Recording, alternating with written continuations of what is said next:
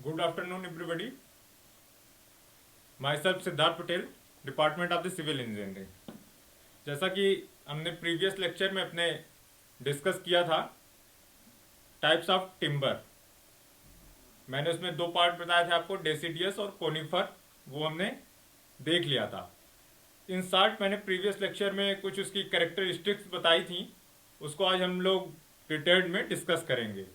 जैसा कि आप देख रहे हैं, characteristic of the good timber.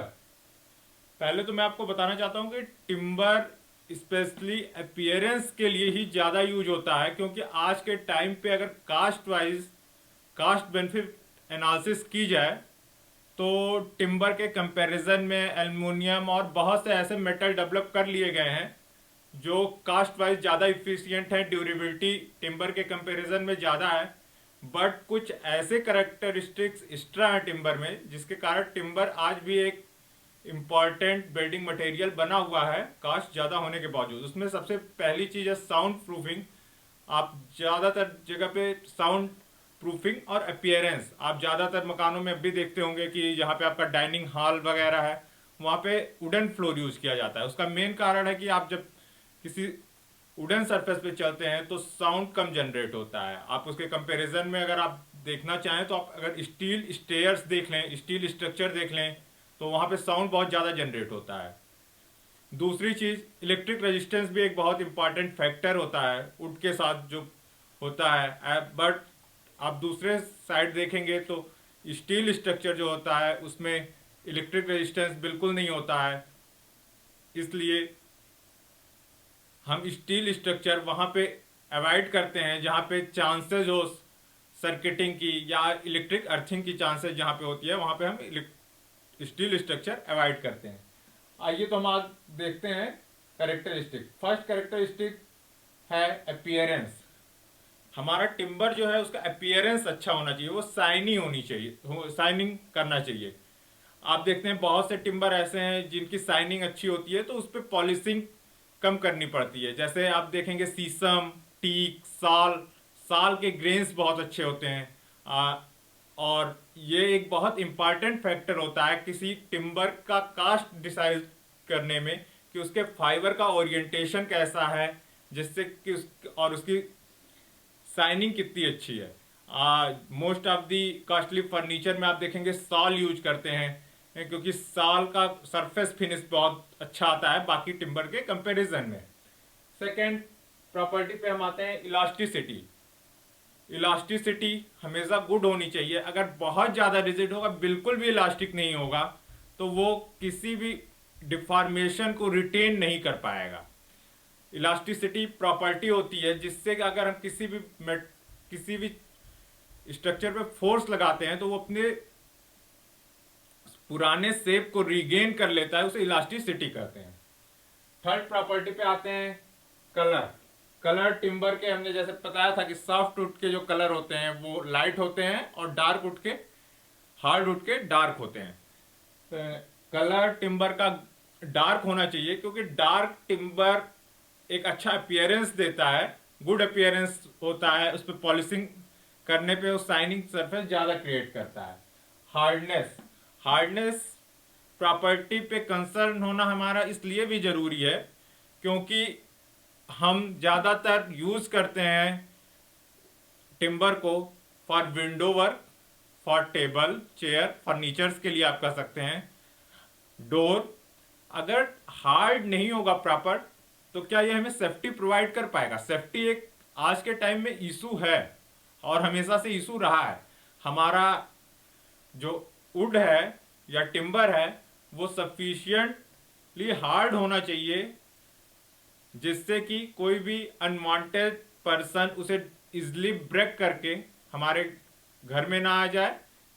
तो hardness of the timber should be the good because to provide proper safety. Otherwise, if hardness is not good, then the problem of the thief or any unwanted people is become more. Smell, smell is fifth one characteristic that is very important. Smell की characteristic इसलिए बहुत ज़्यादा important है कि अगर हम जिस area में रह रहे हैं, मान लीजिए हमारा टिम्बर ऑल प्रॉपर्टीज में बाकी जितने प्रॉपर्टीज मैंने बताया कैरेक्टरिस्टिक उसमें गुड है, बट वो स्मेल बैड स्मेल प्रोड्यूस कर रहा है, तो हम ऐसे एनवायरनमेंट में नहीं रहना चाहेंगे जहाँ पे स्मेल खराब आ रही हो। इसका आपको हम एक इन्वायरमेंट के पॉइंट ऑफ व्यू से एग्जांपल देना चाहते हैं। अगर कोई वाटर है वो भले ही पोर्टेबल है, portable means can be drink, but उसकी स्मेल अगर अच्छी नहीं होगी तो आप उसको ड्रिंक नहीं करना नहीं चाहेंगे। उसी तरह आप ह्यूमन बीइंग की टेंडेंसी होती है कि वो किसी ऐसे इन्वायरमेंट में नहीं रहना चाहता जहां पे स्मेल खराब हो। इवन वो टिम्बर आपके सारे प्रॉपर्टीज को फुलफिल करता है, बट अगर वो बैड स्मेल प्रोड्यूस करता है तो वो आपके लिए अच्छा नहीं है, आप उसको as a building material use नहीं करेंगे। Next property is the fire resistance. जैसे कि मैंने प्रीवियस लेक्चर में भी आपको बताया था कि फायर के टाइम पे बहुत ज़्यादा मनी का लॉस हो जाता है, प्लस लाइफ का लॉस हो जाता है। और बिल्डिंग मटेरियल में अगर आप देखेंगे तो टिम्बर एक ऐसा बिल्डिंग मटेरियल है जो बहुत इजली फायर ब्रेकडाउन के टाइम पे आग को फ्लो करने में मदद करता है। फायर रेजिस्टेंस हमारा मेनली 4 प्रॉपर्टीज पे डिपेंड करता है जिस आप देखना चाहेंगे। पहला है porosity, second was water content, third one is the bulk density and fourth one is the fibre orientation. Porosity होता है कि किसी भी मटेरियल में जो पोर्स अवेलेबल होते हैं उनको पोरोसिटी कहते हैं। अगर किसी भी टिम्बर की पोरोसिटी ज्यादा होगी इट मीन्स उसकी बल्क डेंसिटी कम होगी, उसमें पोर्स अवेलेबल होंगे तो वो टिम्बर जल्दी आग को फ्लो आउट करा देगा पूरे घर में और तेजी से आग फैल जाएगी। Second one is the water content. Water content जितना ज्यादा होगा उतना लेट से टिम्बर आग को कैच करेगा, बट वाटर कंटेंट हमें रिस्ट्रेन करना होता है बिलो 12%, क्योंकि अगर हम 12% से ऊपर रखेंगे वाटर कंटेंट तो उसमें बाकी अदर डिफेक्ट्स जनरेट हो जाएंगे उस वाटर कंटेंट की वजह से। So before use of the timber we do this seasoning के द्वारा हम उस टिम्बर की क्वालिटी वाटर कंटेंट को बिलो 10% या 12% करने की कोशिश करते हैं जिससे उसका लाइफ बढ़ सके। जैसे ड्यूरेबिलिटी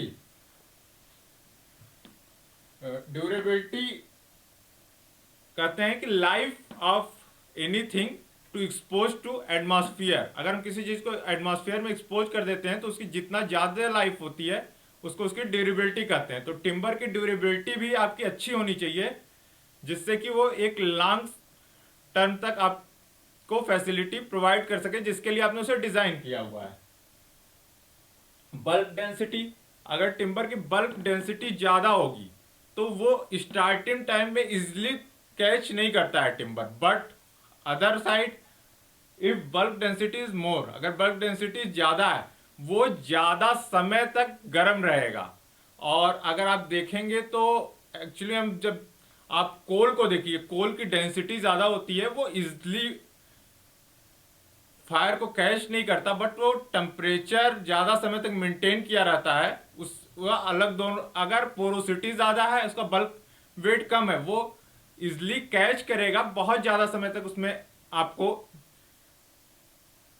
फायर नहीं मिलेगा, वो कूल डाउन जल्दी हो जाएगा। बट अगर बल्क डेंसिटी ज्यादा है वो इजिली कैच नहीं करेगा, बट लॉन्ग टाइम तक वो टेम्परेचर प्रोवाइड करेगा आपको, कूल डाउन, उसकी कूलिंग प्रोसेस स्लो डाउन हो जाएगी।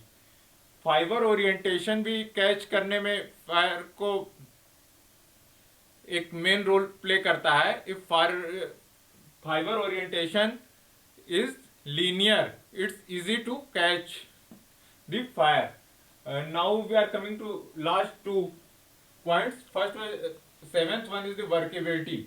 Workability mean how easy to its deform. Workability term you generally heard about the concrete, but workability in timber is also important because अगर workability अच्छी नहीं होगी timber की हम उसको इजिली जिस शेप में चाहते हैं उस शेप में नहीं बना पाएंगे, और शेप में अगर हम परफेक्टली नहीं मोल्ड कर पाएंगे या कट कर नहीं पाएंगे तो वो हमारा परफेक्ट लुक नहीं देगा। फॉर एग्जाम्पल टिम्बर ऐसा है कि अगर हम उसको सॉ से कट करते हैं तो वो सॉ के टीथ को क्लॉग कर देता है, उसमें क्लॉगिंग हो जाती है, तो फर्दर हमारे लिए वर्क करना वेरी डिफिकल्ट होगा।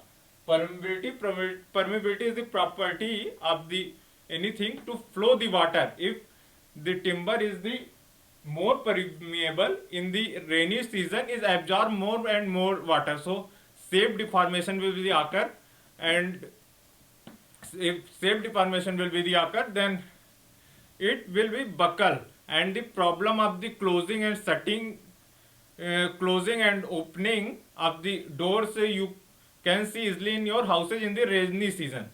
जब आप रेनी सीजन में आप देखते हैं कि घर के जो डोर और विंडोज जिनकी क्वालिटी बहुत अच्छी नहीं है वो नहीं इजली बंद होते हैं क्योंकि वो एब्जॉर्ब कर लेते हैं ज्यादा। तो आज हम अपनी क्लास को यहीं बाइंड अप करते हैं। आज हमने कैरेक्टरिस्टिक के बारे में देखा, आगे हम अपने वीडियोस में टिम्बर के डिफेक्ट्स के बारे में कवर करेंगे। Thank you.